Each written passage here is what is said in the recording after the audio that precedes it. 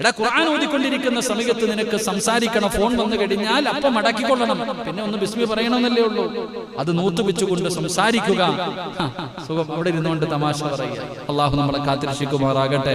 അതുപോലെ തന്നെ എന്റെ പ്രിയപ്പെട്ടവരെ, നിസ്കരിച്ചുകൊണ്ടിരിക്കുമ്പോ ചിരിക്കുക അല്ലേ?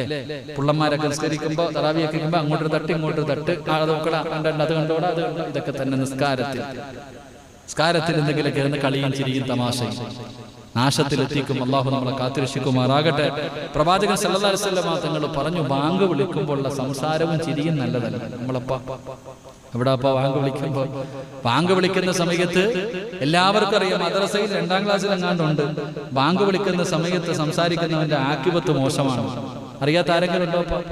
ബാങ്ക് വിളിക്കുന്ന സമയത്ത് ആര് സംസാരിക്കുന്നു അവന്റെ മരണം നാക്കു പൊങ്ങൂല എന്ന് പഠിക്കാത്ത ആരെങ്കിലും ഉണ്ടോ?